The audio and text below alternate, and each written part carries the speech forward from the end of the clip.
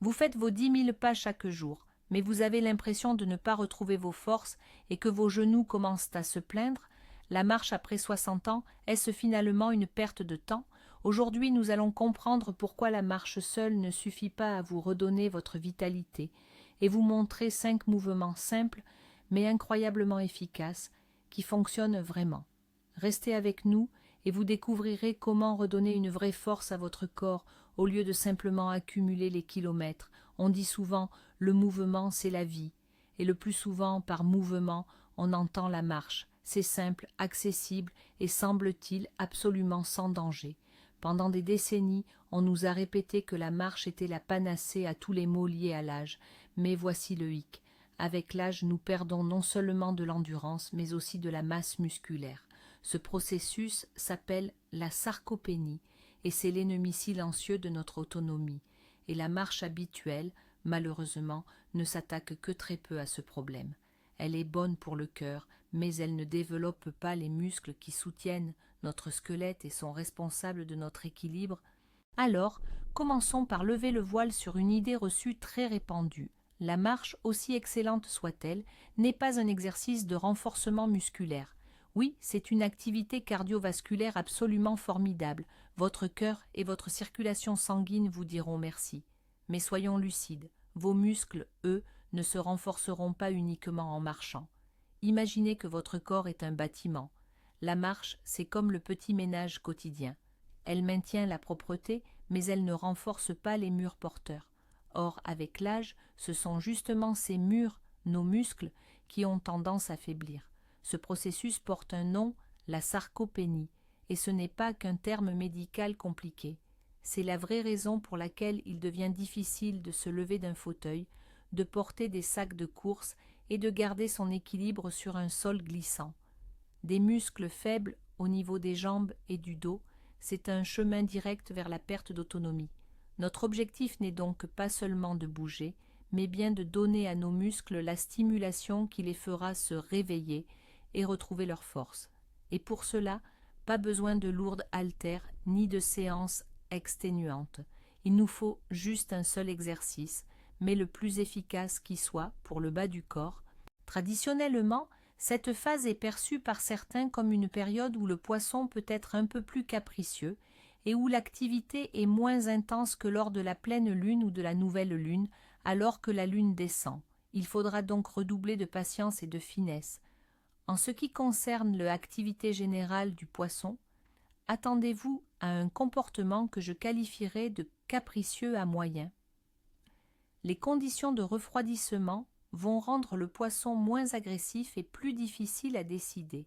Il faudra adapter vos techniques et être très attentif aux moindres touches.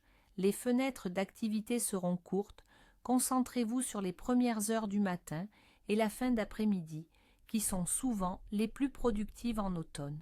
La bonne nouvelle, c'est que les poissons sont en mode repas d'automne avant l'hiver, donc avec la bonne approche, les récompenses peuvent être au rendez-vous.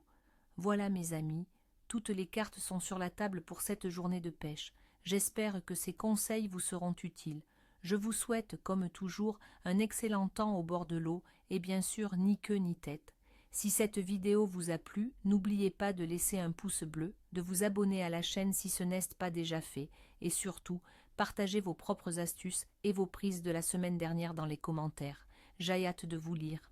استخدموا طعوما طبيعية مثل قطع الروبيان، قطع الحبار أو السلطعون الصغير. نصيحة صغيرة: استخدموا ثقلا مناسبا للحفاظ على الطعم في القاع وتجنبوا تحركه مع التيارات القوية. الماكريل ماكريل سمكة مهاجرة سريعة ووفيرة. أين تبحث عنه؟ ابحثوا عن أسراب الماكريل في المياه الساحلية المفتوحة، خاصة قرب الجروف البحرية. غالبا ما تتبع الماكريل أسراب الأسماك الصغيرة. ماذا تستخدم؟ الصيد بسبينينج مع طعم جيج معدني صغير أو ريش فلاي فعال جدا. يمكنكم أيضا تجربة طريقة الجر البطيء ترولينج من قارب. تذكروا الماكريل تتغذى بسرعة، لذا كونوا مستعدين للحركة المستمرة. تحليل الظروف الأساس النظري. دعونا نلقي نظرة فاحصة على الظروف التي ستؤثر على صيدنا. الطقس، درجة حرارة الهواء، تتراوح بين 19 إلى 32 درجة مئوية. هذه درجات حرارة معتدلة ومريحة جدا. الضغط الجوي: نتوقع ضغطا جويا معتدلا ومستقرا نسبيا مع احتمال انخفاض طفيف بسبب الغيوم. الظروف المستقرة عادة ما تكون مواتية للصيد. الرياح: رياح خفيفة جدا حوالي 7 إلى 11 كيلومترا في الساعة، قادمة من اتجاهات مختلفة غالبا شمالية غربية على السواحل. الرياح الخفيفة تسمح برؤية جيدة لسطح الماء وتقلل من التيارات القوية مما يسهل التحكم في الطعم. الهطول: فرصة ضعيفة جدا لهطول أمطار خفيفة حوالي 10% خلال النهار والليل، مع أجواء غالبا غائمة إلى غائمة جزئيا. الغيوم الخفيفة ممتازة للصيد لأنها تقلل من توهج الشمس المباشر وتجعل الأسماك أقل حذرا. درجة حرارة الماء: في مياه المحيط الأطلسي والبحر الأبيض المتوسط في المغرب نتوقع أن تكون درجة حرارة الماء حوالي 20 إلى 22 درجة مئوية. هذه هي الدرجة المثالية للعديد من أنواع الأسماك في الخريف، حيث تكون نشطة وتبحث بنشاط عن الغذاء قبل أشهر الشتاء الباردة. طور القمر: في 15 من أكتوبر 2025 سيكون القمر في طور الهلال المتناقص بنسبة إضاءة تتراوح بين 30 و 35%. Търсете го в ями около дънни аномалии и в близост до укрития. Фидер или шаранджийски тъкъми са най-подходящи. Използвайте по-малки и по-концентрирани захранки. Като стръв заложете на протеинови топчета с по-мек вкус, царевица или комбинация от царевица и бял червей. Помнете, че през есента шаранът е по-предпазлив, така че бъдете търпеливи и не прекалявайте с захранването. А сега да погледнем какво ни готви небето за 16 октомври 2025 година в България. Очакваме температури на въздуха между 3 и 9 градуса по Целзий през деня. Влажността ще е висока, около 86%. През деня ще е предимно променливо облачно, а вечерта може да има лек дъжд. Тези условия, приятели, създават известно колебание в атмосферното налягане, което може да направи мирната риба малко по-апатична. Хладният въздух и високата влажност ще държат рибата по-дълбоко, особено сутрин. Ако имаме и по-силен вятър, което е типично за октомври, това допълнително ще потисне активността на мирните видове, но може да активира хищниците, размътвайки водата и носейки храна. Температурата на водата в реките и язовирите в страната вече е паднала и очаквам да е в диапазона от 10 до 15 градуса по Целзий. В Черно море по крайбрежието тя все още е сравнително висока, около 17 до 19 градуса по Целзий. Тази прохладна вода стимулира хищниците да се хранят интензивно, за да натрупат мазнини за зимата. За мирните риби обаче това означава по-бавен метаболизъм и търсене на по-топли и дълбоки места. Що се отнася до Луната, на 16 октомври 2025 година тя ще бъде в фаза намаляваща Луна, осветена на около 24% и ще се намира в знака Лъв. Според народните поверия и лунните календари, намаляващата Луна често се свързва с по-слабо кълване, особено в последната си четвърт. Alors, voici le mouvement numéro 1, celui qui va vraiment tout changer pour vous. Ce sont les flexions sur chaise. Et n'ayez crainte de ce mot squat ou flexion, il n'y a rien de compliqué. Oubliez l'image des athlètes olympiques avec leurs barres sur les épaules. Il ne s'agit absolument pas de soulever des poids. Nous allons simplement utiliser une chaise stable et robuste que vous avez probablement déjà chez vous. Elle sera votre coach personnel et votre filet de sécurité. Mais pourquoi les flexions? C'est simple. Elles ciblent les muscles les plus grands et les plus essentiels de votre corps, ceux de vos jambes et de vos fessiers. C'est votre fondation. C'est le moteur qui vous aide à monter les escaliers, à vous relever de ce canapé un peu trop bas et à simplement tenir debout avec assurance. En réalité, chaque fois que vous vous asseyez et vous relevez, vous faites déjà ce mouvement. Nous allons simplement le rendre plus conscient et incroyablement bénéfique. Pour commencer, placez une chaise stable derrière vous, les pieds écartés à la largeur de vos épaules. Abaissez-vous lentement, tout en contrôle, comme si vous étiez sur le point de vous asseoir. Effleurez le siège de la chaise, ne vous asseyez pas complètement, ne vous affalez pas. Puis, en utilisant la force de vos jambes et de vos fessiers, remontez à la position de départ sans hâte. L'essentiel, ne vous aidez pas avec les mains. Au début, cela peut sembler un peu difficile, c'est normal, mais vous serez étonné de la rapidité avec laquelle la force reviendra dans vos jambes. C'est votre premier pas, et le plus important, vers une véritable force fonctionnelle, celle qui vous change la vie au quotidien. La presión atmosférica se mantendrá algo inestable, lo que es común en esta época de lluvias.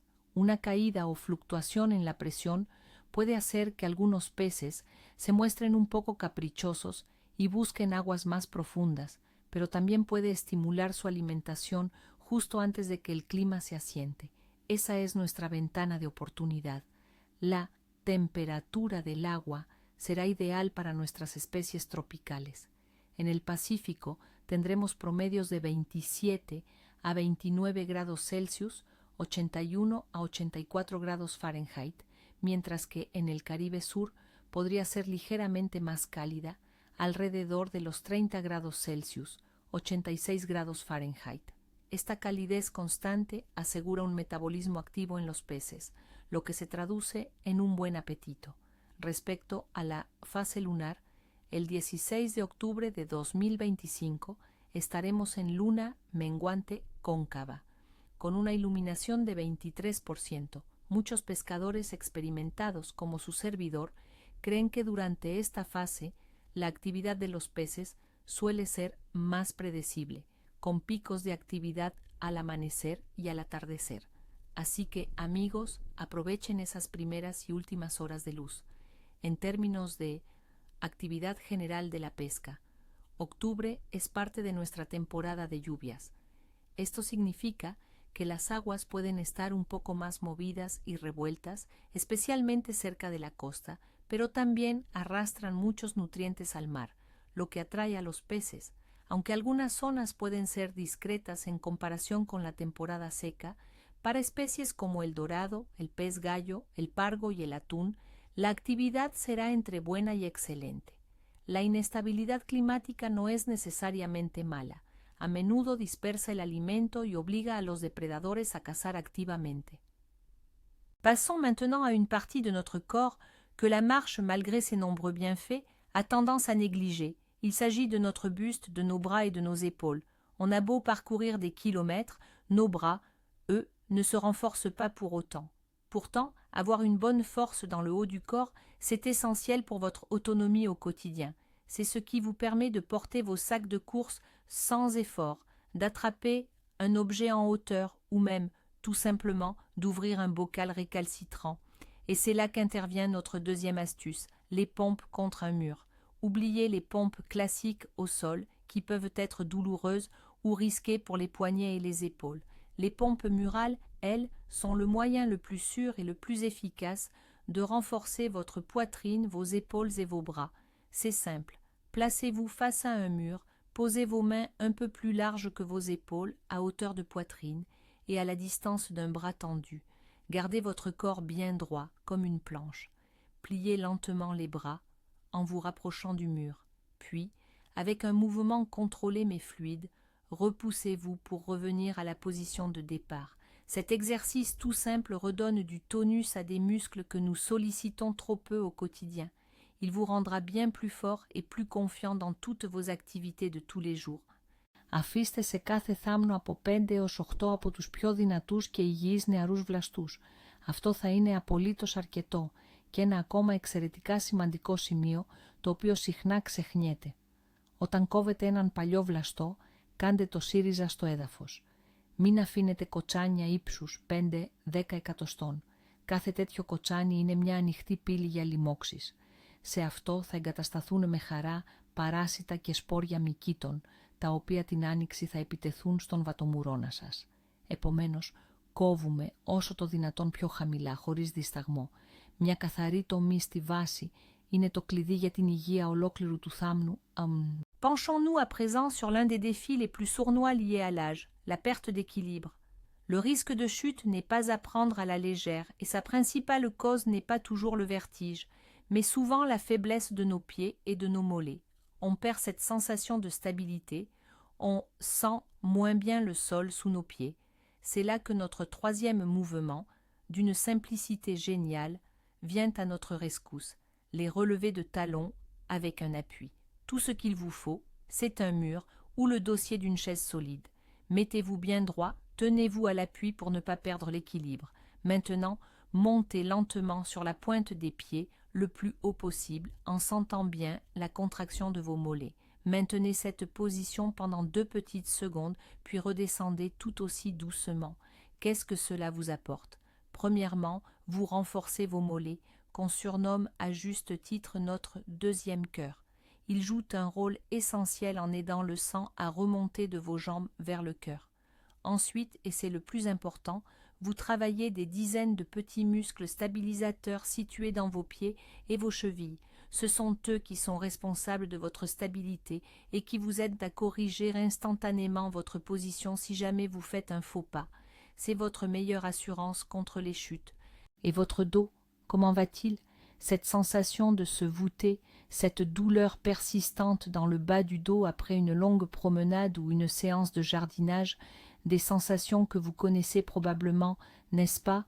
La marche, surtout si notre posture n'est pas tout à fait idéale, peut même accentuer ces petits désagréments. Il nous faut un solide corset musculaire pour bien soutenir notre colonne vertébrale. C'est là qu'intervient notre quatrième mouvement, l'exercice que nous appelons le Superman au sol. Rassurez-vous, pas besoin de voler pour celui-ci.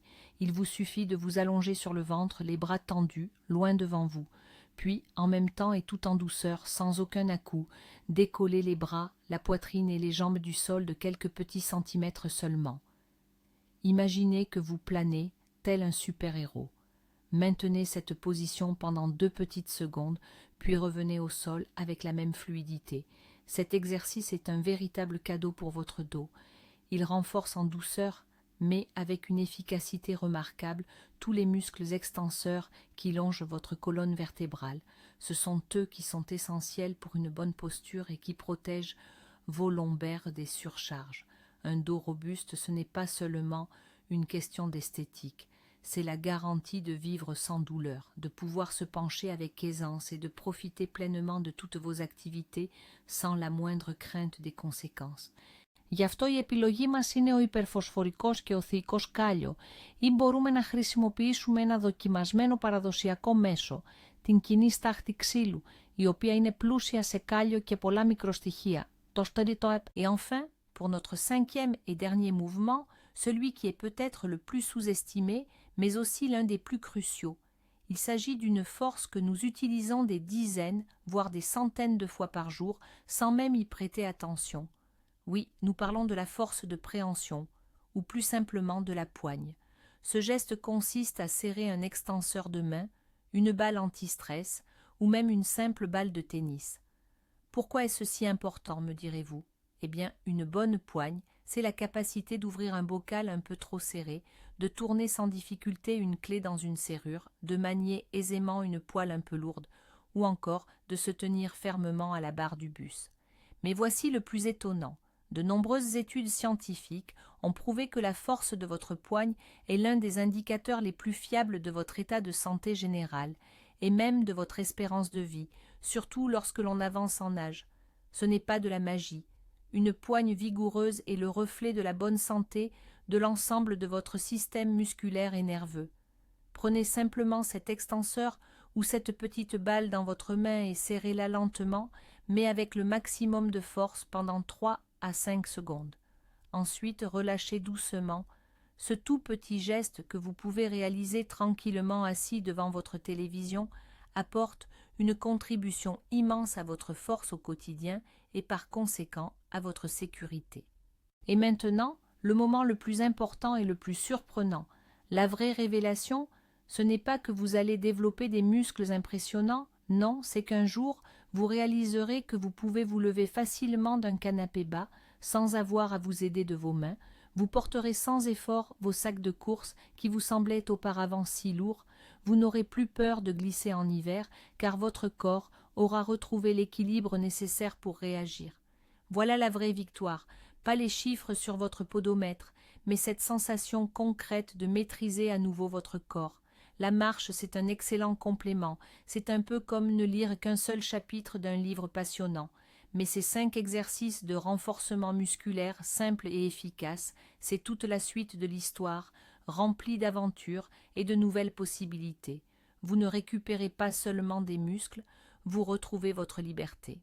Alors, pour résumer, la marche après 60 ans n'est certes pas inutile, mais elle est absolument insuffisante pour maintenir votre force et votre indépendance. La vraie jeunesse du corps, l'équilibre retrouvé et la confiance à chaque pas résidant dans ces simples mouvements de renforcement que nous vous avons présentés. Merci d'avoir regardé cette vidéo jusqu'au bout. Si vous y avez trouvé des informations utiles, n'hésitez pas à laisser un pouce bleu et à vous abonner à la chaîne. Cela nous aide énormément à créer de nouveaux contenus. Et maintenant, une question pour vous. Quels exercices pratiquez-vous en dehors de la marche? Ou peut-être que vous envisagez de commencer et que vous allez essayer notre programme. Partagez votre expérience dans les commentaires, discutons-en ensemble.